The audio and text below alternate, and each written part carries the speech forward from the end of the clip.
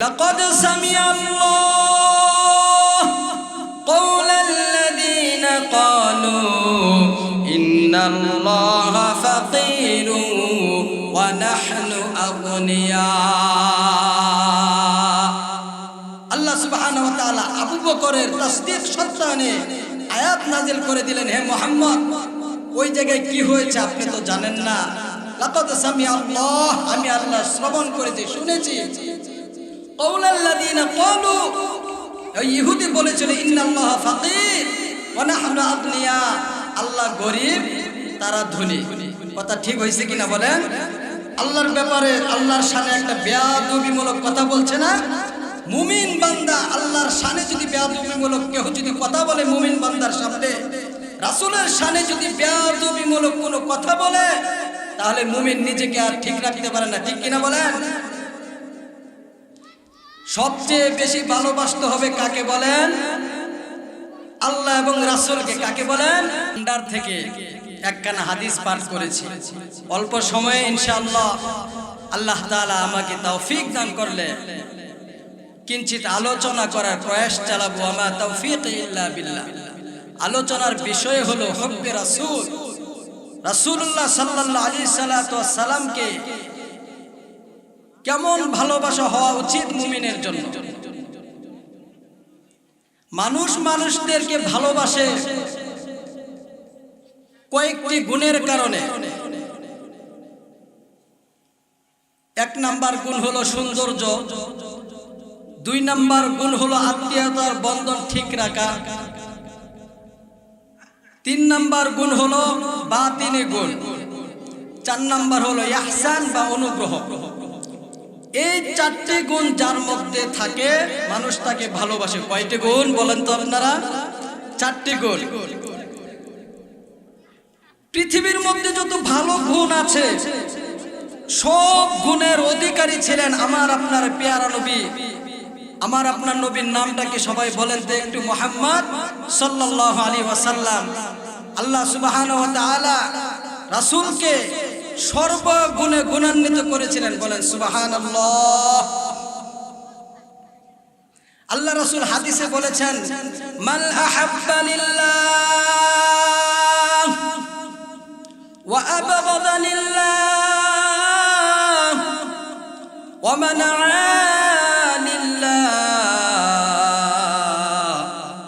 আল্লাহ রাসূল বলেছেন, মান আহাব্বা লিল্লাহ, তুমি কাউকে যদি ভালোবাসো আল্লাহর জন্য ভালোবাসো।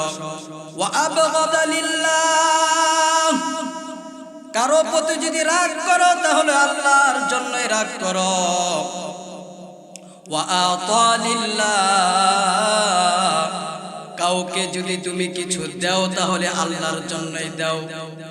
ওয়া মানআ লিল্লাহ, কাউকে যদি তুমি কিছু দেওয়া থেকে বিরত থাকো আল্লাহর সন্তুষ্টির জন্যই করো।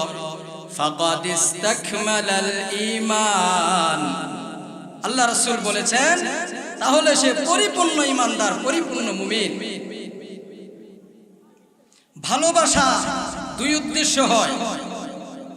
একটা উদ্দেশ্য হলো আল্লাহ এবং রাসূলের জন্য, আরেকটা উদ্দেশ্য হলো দুনিয়ার মহব্বত। রাসূল হাদিসে বলেছেন, হুব্বুদ দুনিয়া রাসু কুল্লি খাতিয়া, দুনিয়ার মহব্বত হলো সমস্ত গুনাহের মূল। আমি শুরুতে বলেছিলাম মানুষের মধ্যে কয়টি গুণ থাকলে মানুষ তাকে ভালোবাসে বলেন তো? চারটি গুণ। কয়টি গুণ? চারটি গুণ। চারটি গুণ বলার সময় নাই, তন্মধ্যে সংক্ষেপে একটি গুণ বলি, সৌন্দর্য, জামাল। ইন্নাল্লাহা জামিল ইহিব্বুল জামাল, আল্লাহ অতি সুন্দর, তিনি সুন্দরকে ভালোবাসেন। আল্লাহ রাসূল সাল্লাল্লাহু আলাইহি সাল্লামের চেহারা মুবারক কেমন ছিল? জাবের বিন সামুরা রাদিয়াল্লাহু তাআলা আনহু বলেন, পূর্ণিমার রাত্রে আমি একবার চাঁদের দিকে তাকাই আর একবার রাসূলের চেহারা মুবারকের দিকে তাকাই, আমার দিল সাক্ষ্য দিল আকাশের যে চাঁদ আছে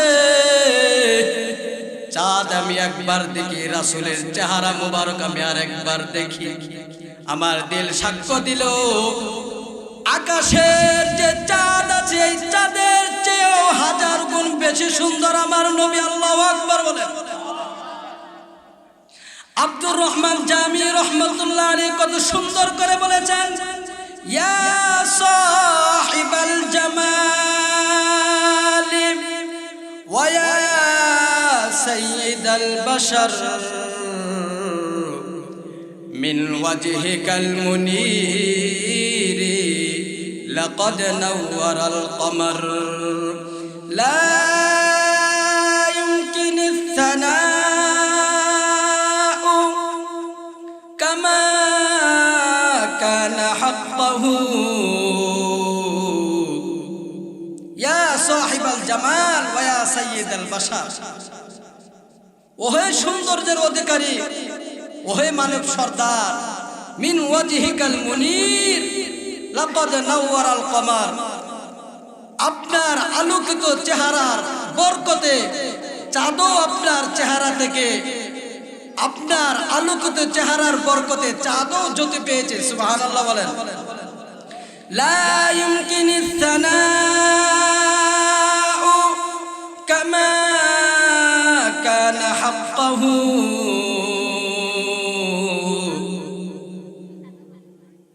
তিনি বলেন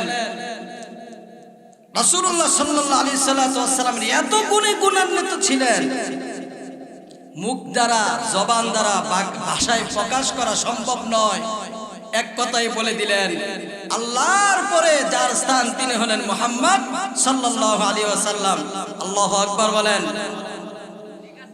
আম্মা জান আয়েশা সিদ্দিকা রাদিয়াল্লাহু আনহা তিনি বলেন, আল্লাহ সুবহানাহু ওয়া তাআলা কোরআনে কারীমের মধ্যে বলেছেন ইউসুফ আলাইহিস সালাতু ওয়াস সালাম কেমন সুন্দর ছিলেন।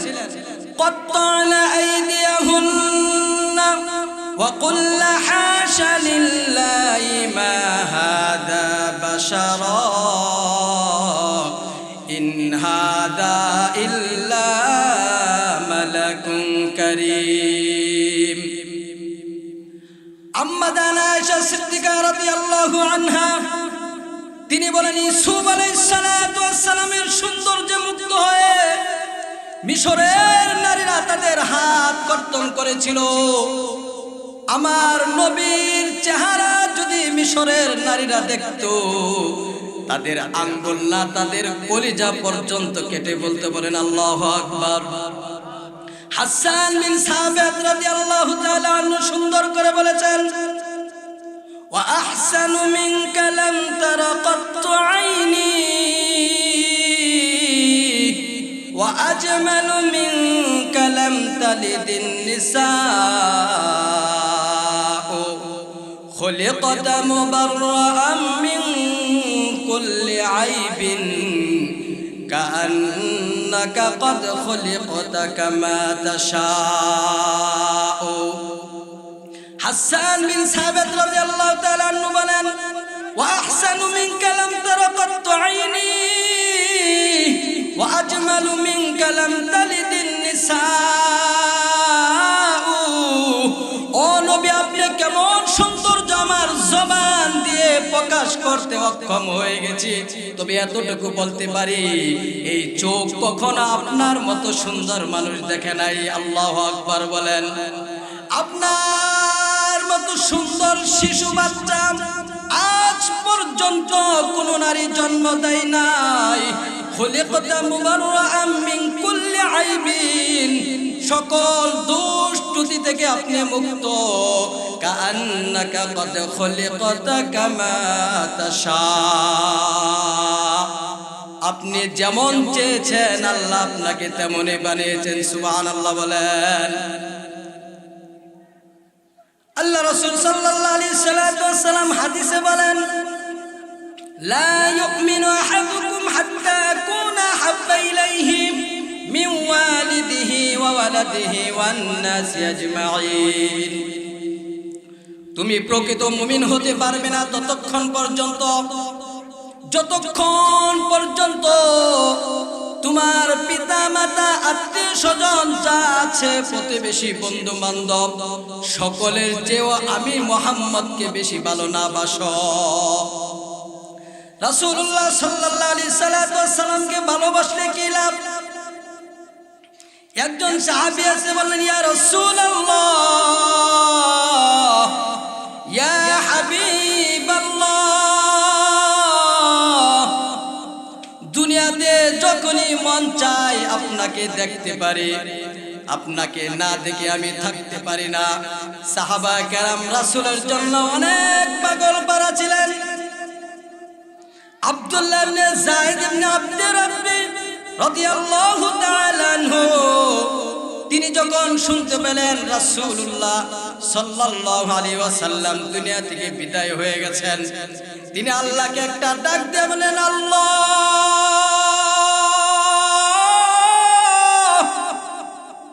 যে চোখ দিয়ে আমি আমার মনিবকে দেখতাম, যার ভালোবাসা আমার অন্তরের মধ্যে সবচেয়ে বেশি ছিল, সেই রাসূল যেহেতু দুনিয়াতে নাই, আল্লাহ এই চোখ থেকে আমার কি লাভ, তুমি চোখের জ্যোতিটা ফিরে আনাও। রাসূলের জন্য সাহাবায়ে কেরাম কেমন পাগল ছিলেন কল্পনা করা যায়। ওই সাহাবী এসে বলতেছেন, ইয়া রাসূলুল্লাহ, ইয়া হাবিবাল্লাহ, আপনাকে যতক্ষণ থেকে খুব ভালো লাগে, যখন বাড়িতে চলে যায় আবার মনের মধ্যে অস্থিরতা তৈরি হয়ে যায়। যতক্ষণ পর্যন্ত আপনাকে না দেখি ততক্ষণ পর্যন্ত আর ভালো লাগে না।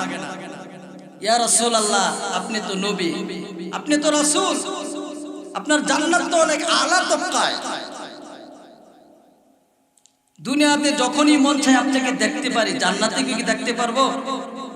রাসূল মন থেকে কিছু বলতেন, মুহাম্মদ হারগিজ না গুফতা তানা গুফতা জিব্রাইল, জিব্রাইল হারগিজ না গুফতা তানা গুফতা রব্বুল আলামিন, ওয়া মা ইয়ানতিকু আনিল হাওয়া ইন হুয়া ইল্লা ওয়াহয়ুন ইউহা।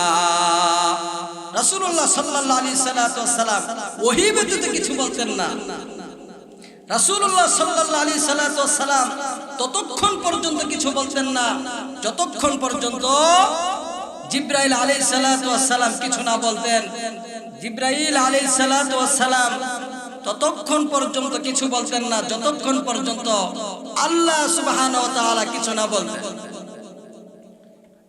যখন ওই সাহাবী বললেন, ইয়া রাসূলুল্লাহ, আপনি তো জান্নাতের আলা তবকায় থাকবেন, জান্নাতে ইচ্ছা করলেই কি আপনাকে দেখতে পাবো? রাসূল কিছু বলেন না, চুপ রইলেন।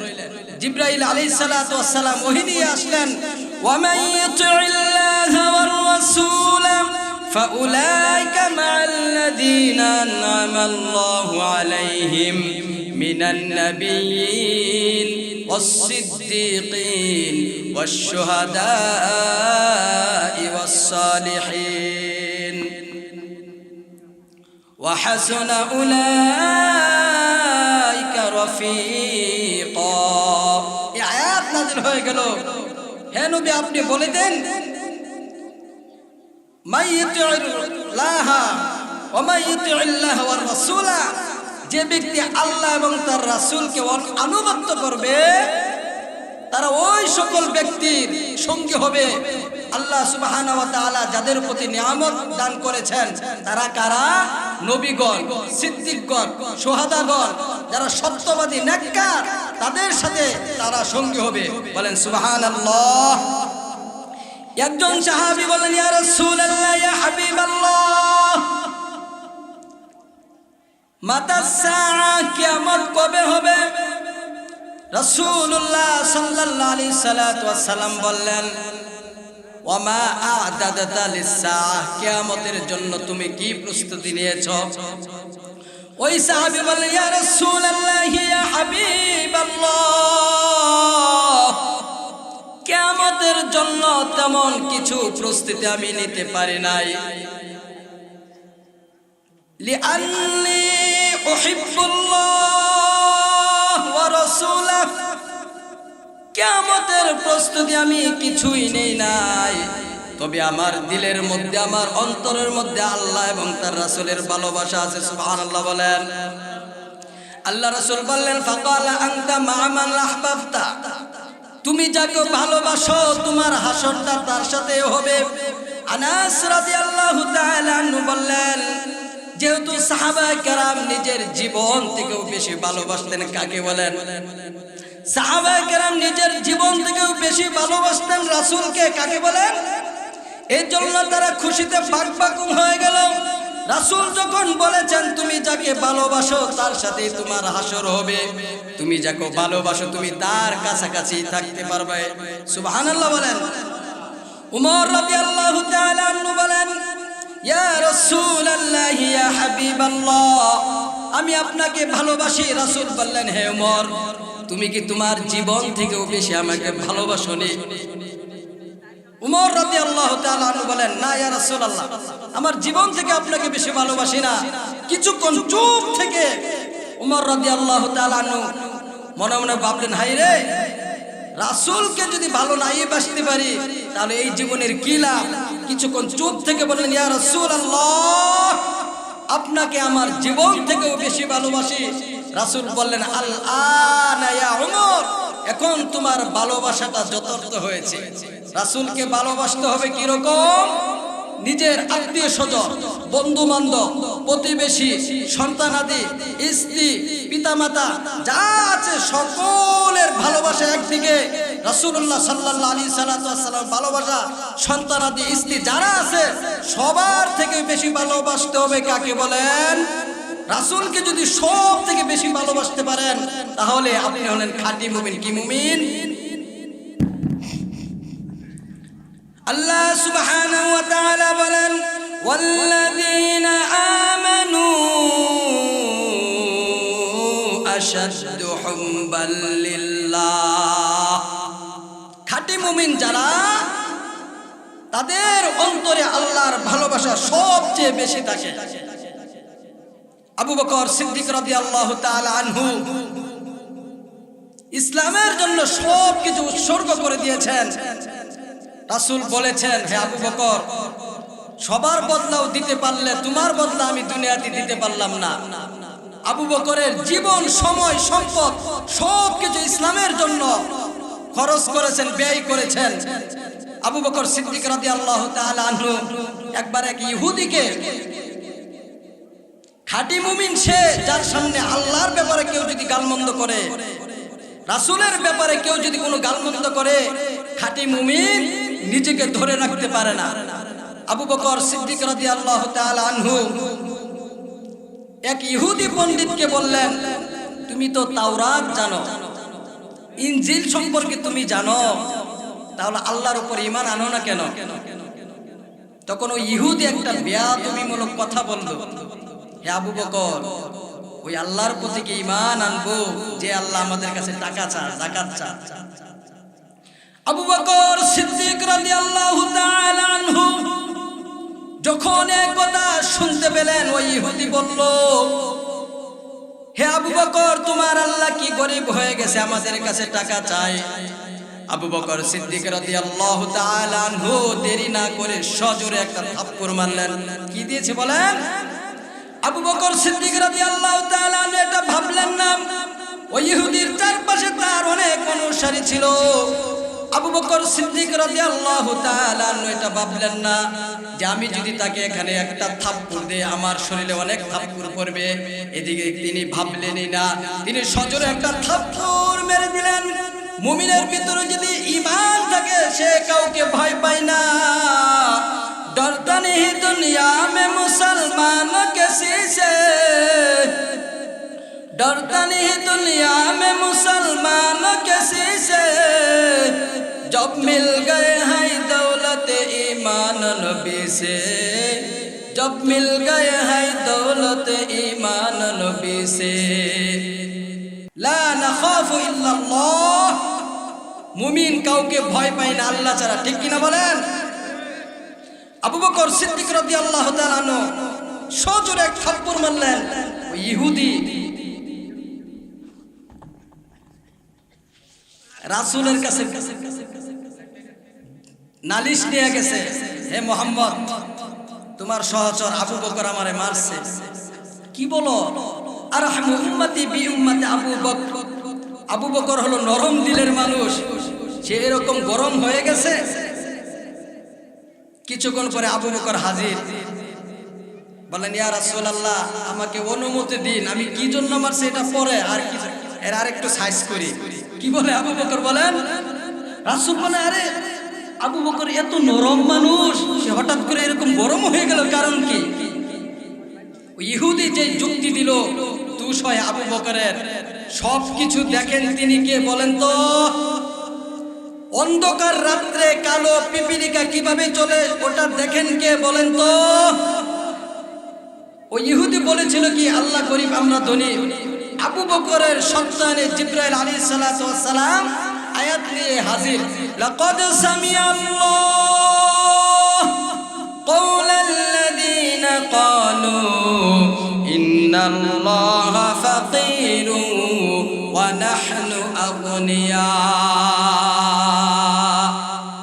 আল্লাহ সুবহানাহু ওয়া তাআলা আবু বকরের তাসদীক সন্তানে আয়াত নাজিল করে দিলেন, হে মুহাম্মদ, ওই জায়গায় কি হয়েছে আপনি তো জানেন না।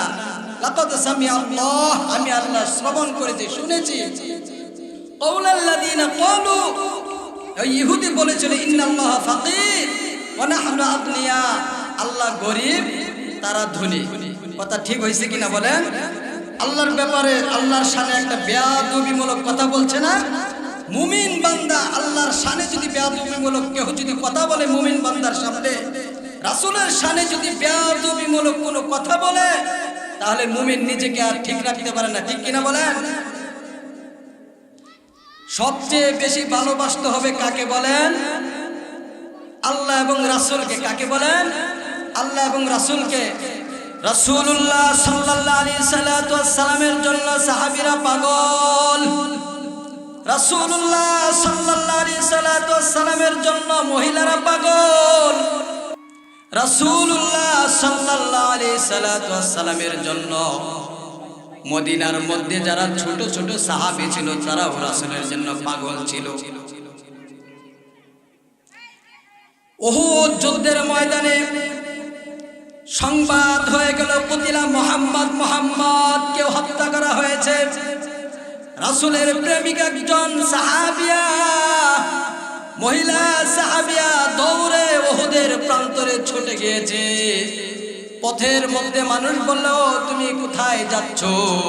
বলল, আমি শুনেছি আমার নবী নাকি মারা গেছে, আমি আমার চোখ দিয়ে না দেখা পর্যন্ত বিশ্বাস করব না। ওই মহিলাকে বলা হলো, তোমার পিতা শহীদ হয়ে গেছে। ওই মহিলা তার পিতা শহীদ হয়েছে, তারপরেও তিনি থামে নাই, আরো সামনে গেল। সামনে যাওয়ার পরে শুনতে পেল তোমার ভাই শহীদ হয়ে গেছে।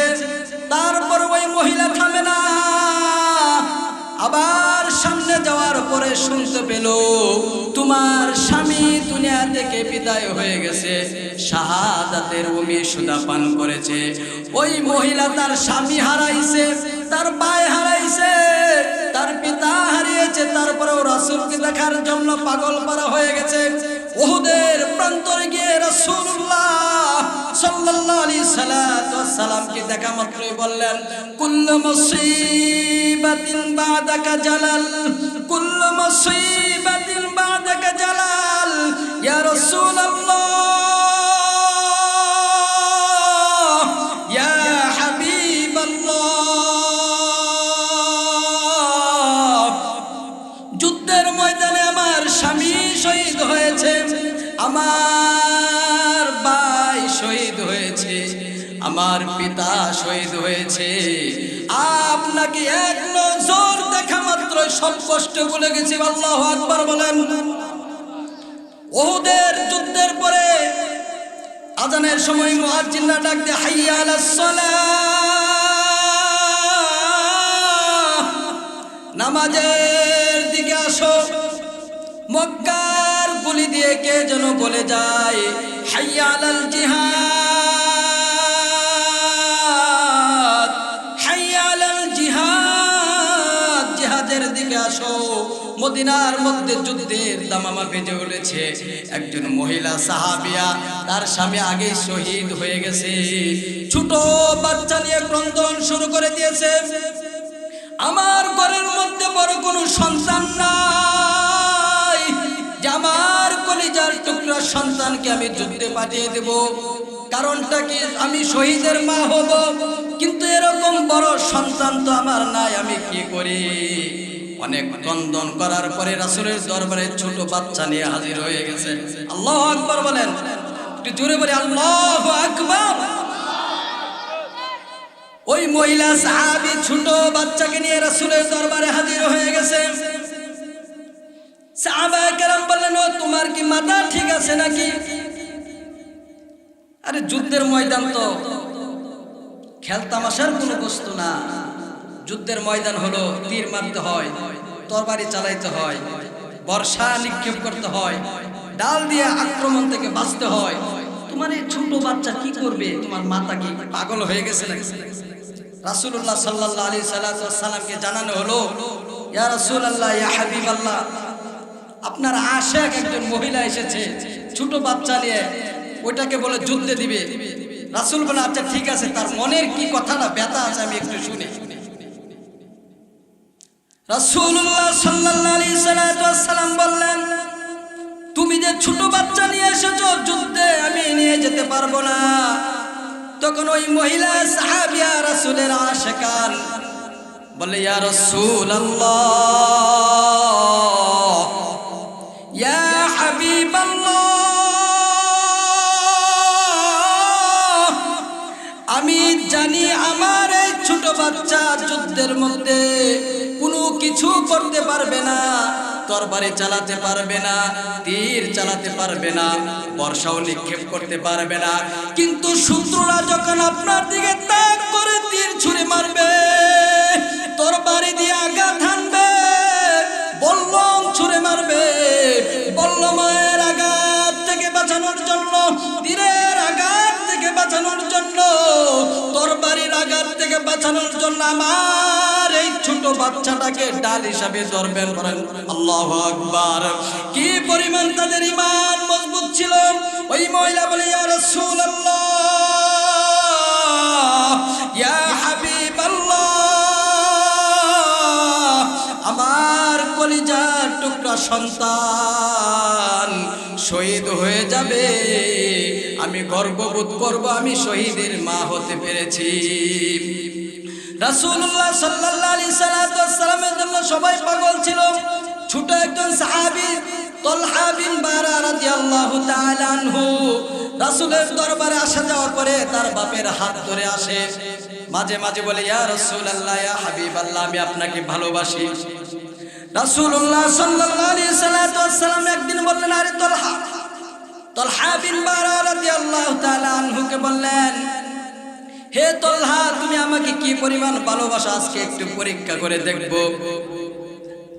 রাসূলুল্লাহ সাল্লাল্লাহু আলাইহি সাল্লাম বললেন, ছোট আশিক তালহা রাদিয়াল্লাহু তাআলা আনহুকে বললেন, তুমি তোমার ভালোবাসা কি পরিমাণ আমি একটু যাচাই করব।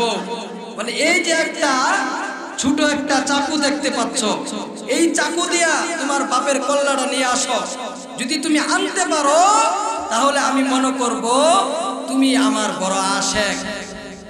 যেই মাত্রই রাসূল বলছেন ছোট চাকু নিয়ে তোমার বাপের কল্যাণ দিছে তো, আল্লাহু আকবার বলেন।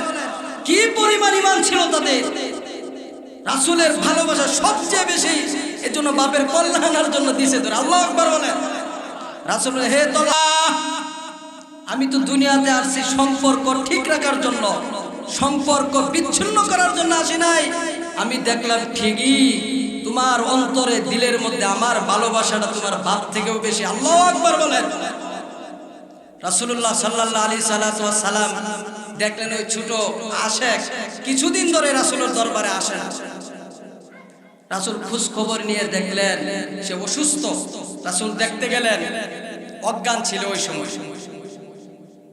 রাসূলুল্লাহ সাল্লাল্লাহু আলাইহি সাল্লাম তার পিতাকে বললেন, তালহা যদি মারা যায় আমাকে বলবা, আমি নিজ হাতে গোসল করাইব। নিজ হাতে কাফন পরাইবো, নিজ হাতে কবরের মধ্যে আমি নামাইবো, আল্লাহর কাছে তার জন্য দোয়া করব। এই বলে রাসূল চলে আসলেন। কিছুদিন পরে আবার রাসূল শুনতে পেলেন ছোট যে সাহাবী আশেক তালহা রাদিয়াল্লাহু তাআলা আনহু তিনি মারা গেছেন। রাসূল আশ্চর্য হয়ে গেল। আরে তার আব্বুকে বলল, আরে তোমার না বলছিলাম আমাকে জানাইবা, এই ছোট আশেককে আমি আদর করে গোসল করাইবো, আমি কাফন পরাইবো, কবরের মধ্যে নামাইবো, তুমি আমাকে কেন খবর দিলা না? তালহা বিন বারা রাদিয়াল্লাহু তাআলা আনহু বলে, ইয়া রাসূলুল্লাহ, ইয়া হাবিবাল্লাহ, আপনাকে আমি জানাতে চেয়েছিলাম, কিন্তু আপনার এই ছোট্ট আশেক মারার আগে, ইন্তেকালের কিছুদিন আগে আমাকে বলেছিল, আব্বু আমি যদি দিনের বেলায় মারা যাই আমার রাসূলকে খবর দিবা, আর যদি আমি রাত্রের বেলা মারা যাই আমার রাসূলকে খবর দিবা না। কারণ হলো আমি তালহা ছোট সাহাবী আশেক রাসূলের,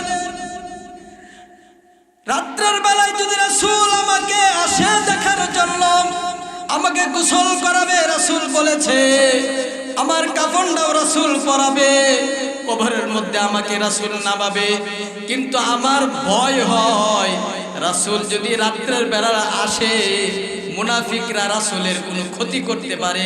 আমি তালহা রাসূলের আশেক, এটা আমি চাই না। আল্লাহু আকবার বলেন। রাসূলকে কি পরিমাণ ভালোবেসেছে।